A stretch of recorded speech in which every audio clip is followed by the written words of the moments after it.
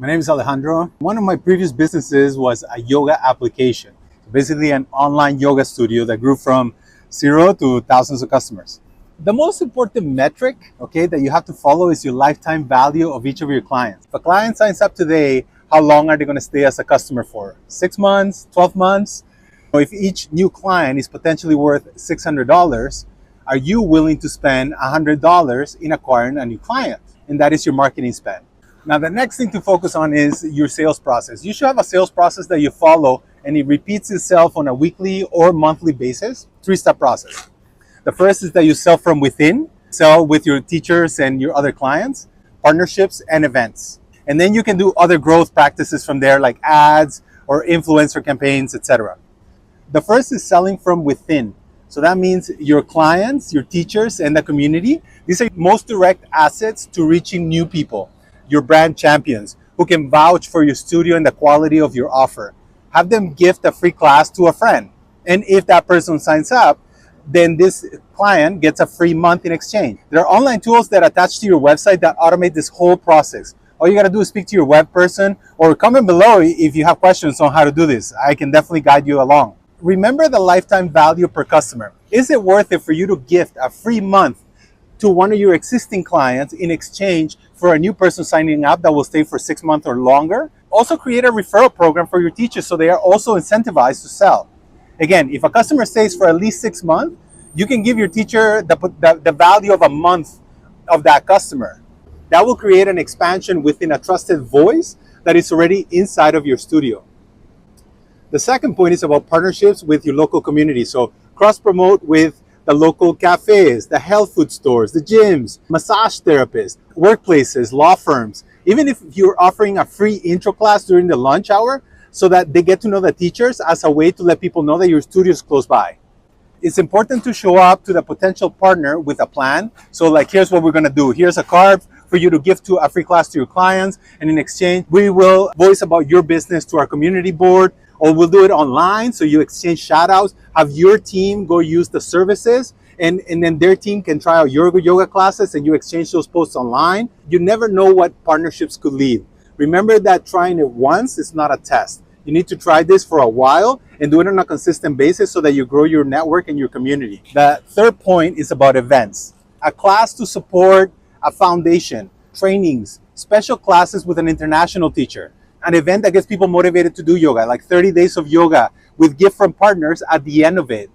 Every month, the calendar gives you, Valentine's Day, Mother's Day, Pride Week, Father's Day, etc. There's a lot of opportunities to add new community members to your business and have a reason to host an event. I would do this on a cycle, so every month. So let's say the first week you do a member drive. The second week, something different with a partner, and you do an exchange of content and an event that comes up at the end of the month. And then daily, you need to be putting out content online that keeps your community engaged. Here's the big question. What do we post online so it's not boring and it doesn't come across salesy, right? Yoga studios deal with that dichotomy of being a holistic space and being a business that needs to make money, right? And you don't want to overdo the sales part, but you also need to make money. When it comes to content, yoga studios should be focused on two things. The first is the essence of the studio. So what does it feel like inside? And that can be showcased with behind the scenes content. People putting on their shoes with a smile, setting up for an event, the candles, the mood that's going to be in that event. Create FOMO from it. Opening the studio for the day, the smiles, the hugs. That essence goes a long way for people to connect with what is happening inside and wanting to be there.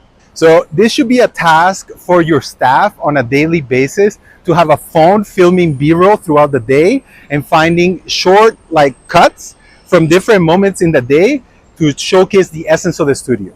And number two, and this is a big one, and I'm surprised that not many studios do this, showcase the people, your teachers and your community. You know what yogis love?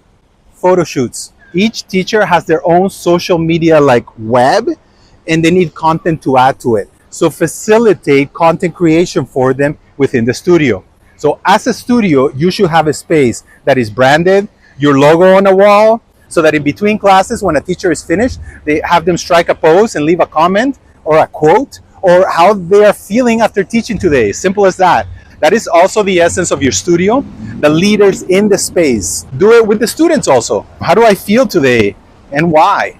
And not everything needs to be a positive message, just real world in this moment here. This is the essence of the studio community. So invest in a branded wall, lighting hanging from the ceilings or the walls. Make it really easy to turn on and off, to take a quick pic, and have a professional teach you how to take those photos. And when you post that, post it as a collaboration with that teacher or student so that it also goes on their social media wall. Each of these posts is going to reach hundreds, if not thousands of other potential customers that are going to be seeing your brand consistently. If you facilitate the space for them, they'll be motivated to do it. And it also becomes a badge for your clients to have one of their photos taken in the studio if you do this properly. Also think about your studio and creating Instagrammable environments in it. So you're out there, update the flowers in it, update the plants in it. Do partnership with tea companies and showcase that brand in the tea area of your studio. And the third thing you should post is obviously logistics. Classes today, this changed, it's raining, this event is coming up. The key to success here is a system. So get into a system that repeats itself so you can teach your team to follow up every day and measure what works. You know, what's being shared, what are people commenting on. What you want is for your team to do something consistently and not have to come up with fresh ideas every day. Give them a flow that they follow, and if that works well, you continue, and if it doesn't, you reiterate. But give them something that they know to do every day. That's your system. A quick point on email marketing. A lot of studios tend to ignore email, but it might be your best asset. Focus each email on a simple thing. You're better off sending multiple emails in a week than a long ass email that people are just going to scroll through and ignore completely. That's just the habit. So maybe one with an event coming up, one email with the weekly schedule, one email for special offers, a discounted rate or an event. Again, create a calendar and keep it simple using a template and post. Anyway, that's a marketing system right there. If you follow that and measure what is working, you are definitely going to grow your brand. If you have questions on any of this, my email address is hi@arce.ca. I'd love to help. Oh, and subscribe for more. If you found value here, like this clip, share it with someone who would benefit from it.